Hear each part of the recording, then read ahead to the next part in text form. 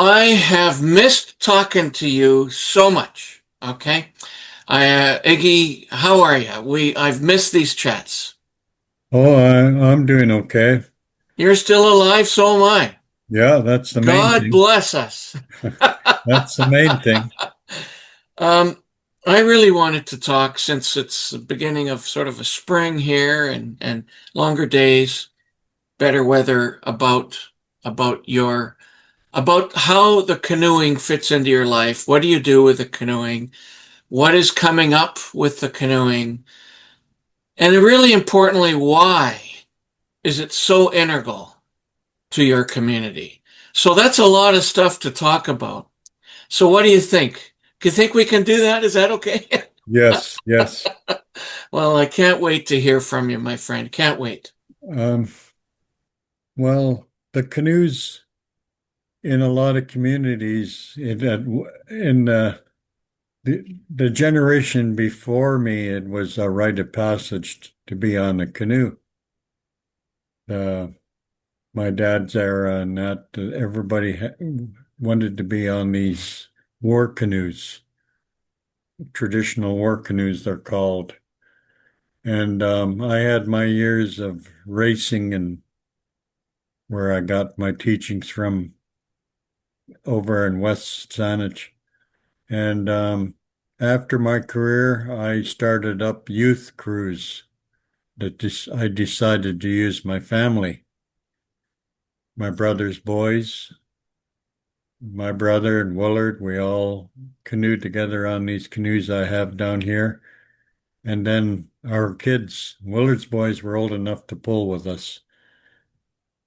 After we finished our careers of racing and that, and the brother thing, that's the only time we could be family was around these canoes, me and my Wow. brothers, Wow. because we never had any parents, just one grandfather that kind of took care of us here. Mm-hmm. But like I say, with the elders I had here, I'm lucky they were here. Always told me stories of my late father who used to be the coaches of all these crews around here because he was raised by his grandfather, who was the hereditary chief. That's where it all got started. These teachings I have, Mm-hmm. elders passed them down to me about Mm-hmm. what they learned from my dad. And then when I started youth, I did with my daughter, my brother's son, my grandson, and Harriet's grandsons. It all went down the road like that, building crews around our family. And we were successful enough around building up crews around the families. We traveled together, we trained together, became a family. That's how we learned to be family, was around these canoes. Mm-hmm. When we traveled to the races, we camped around the canoes. We camped together, and we're one big happy family that we never knew before, till the canoes came into our lives. Iggy, you've told me before that the canoe, the actual canoe, comes from a spirit that's in the forest and from the trees. I found that fascinating. Could you explain that again to me, please? Because I really want to emphasize to everyone who's listening, we're not just talking about a thing. This is a spirit that your Yes. family has embraced. Where does Yes. that spirit start, Iggy? Well, it's the canoe builder that chooses a tree. He picks out the perfect tree for the canoe, the shape of it and everything. He talks to it or prays to it, whatever they do, the canoe builders. And it in our culture, the tree is alive, but when it turns into the canoe, it stays alive. They call that. And the spirit of that tree stays in the canoe.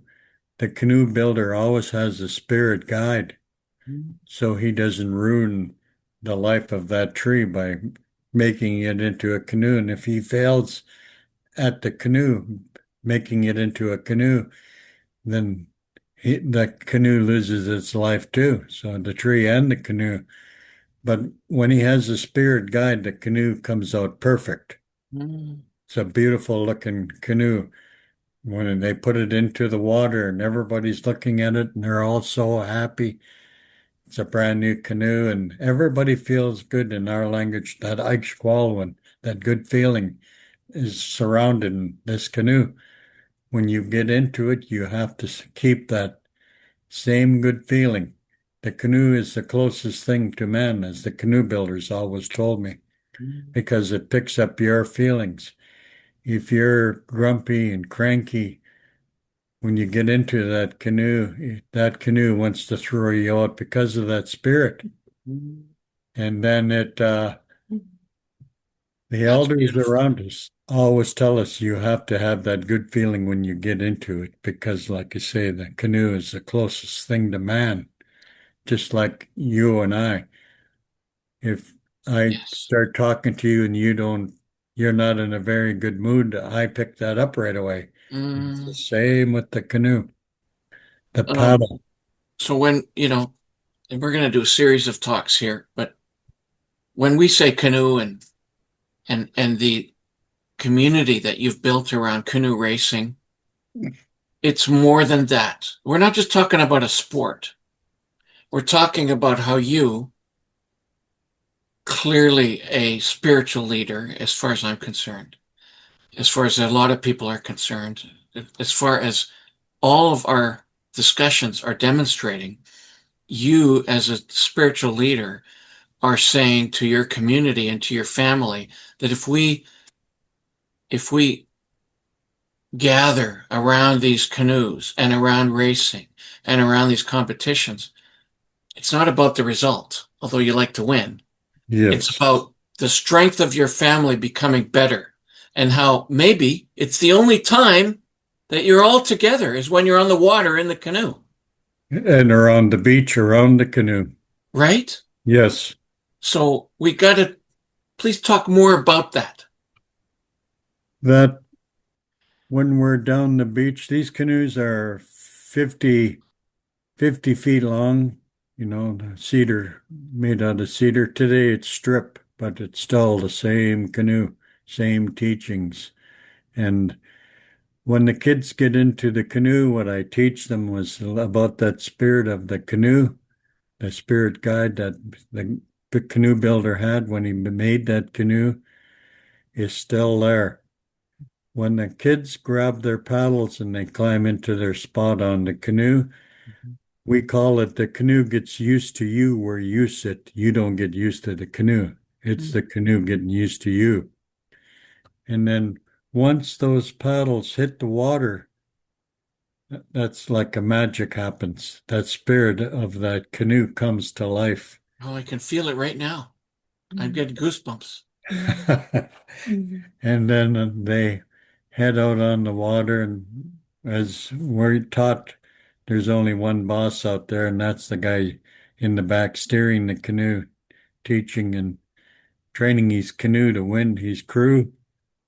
And everybody feels good about themselves when they're on there because of that. We call that spirit of the canoe that came from the canoe builder and the tree that was alive to start Yes, the road. yes. And your culture's link to nature and link to earth and link to these things Yes, is yes. something all of us could learn from. And And I love it. my elders used to tell us, like I run the youth cruise now, the canoes don't belong to us. We belong to the canoes. Mm. And that's the way we look at it. When we travel to the races, we never leave our canoes by itself. We camp around the canoes Okay. so they're not alone. Wow. Iggy, we've chatted now for about a year. I've heard you tell me some stories that I can't fathom in the depth of their tragedies and the trauma that your community has experienced. that nobody should ever experience, ever, ever, ever. And yet, you demonstrate this extraordinary strength, manifesting itself through the canoes. Um, who are some of your family that have not survived that trauma? And you have tried to have them embrace the spirit of the canoe, the spirit of the tree. Can you just give us a sense of really how very important this is? It's very important. Well, we we all have these teachings, and when we come around the canoes, my older brother's family, two boys, we lost. But when we're around all these canoes, we become family. The spirit pulls us together where we didn't know how to be family before because of residential school took that away from us. My older brother was in residential school with me, but I never seen him. We weren't allowed to be together. And my cousin Mike Gabriel, he's gone now too. Um, used to, well, he was like my older brother too, but they didn't recognize the names Gabriel and Pelkey being the same family. And we hung out together and everything in residential, survived school, I guess. But here now, running these crews, when we come to the beach and gather around all our big canoes and singles and doubles, training together, it becomes a family. Like I say, we lost Willard's two oldest boys, Ken and Phil. My sister lost her two grandsons, double suicide, Lewis and Daryl. I lost my grandson, Xavier, suicides. And my younger brother, Fred, and his son went within a very short time of each other. And they were all members of this canoe when we were all winning and all having, feeling very good about ourselves and a lot of Yeah. pride Yeah. around our canoes. And then the name of our canoe is Cecilia Sarah, which is the name of my grandmother and my mother. Hmm. Cecilia is my mother, Sarah is my grandma, my mom's mother. So that's why we all, my brothers and my sister and myself, all pulled on these canoes, Yes. honoring my mother and grandmother. Grandmother we never knew, but I did that, and all these losses, were finally able to show pictures of the boys all together. After the memorials, you're allowed to show their pictures. Hmm. Before that, you weren't.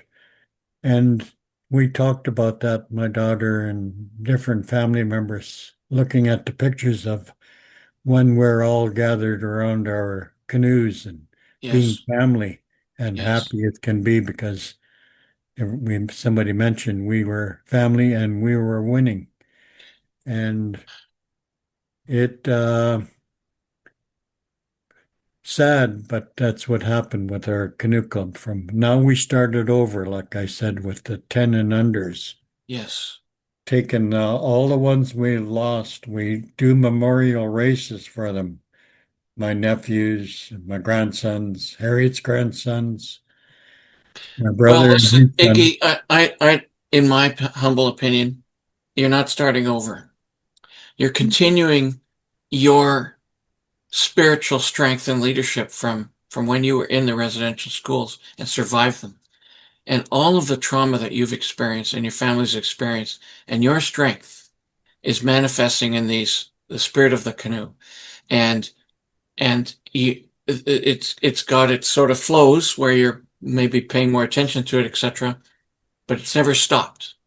I can feel it, Iggy. Yeah. It's never stopped.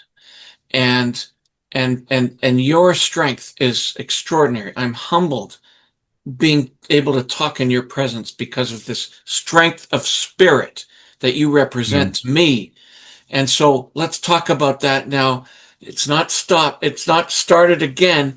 We've rekindled it. How about that? We've Okay. rekindled it.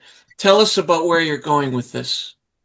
Well, I'm lucky so far to be where I'm at is because of the elders. Like I said at the beginning when we first started, there was elders here that knew my dad Yeah. that were always guiding me and comforting me and giving me more teachings and the strength to carry on with everything.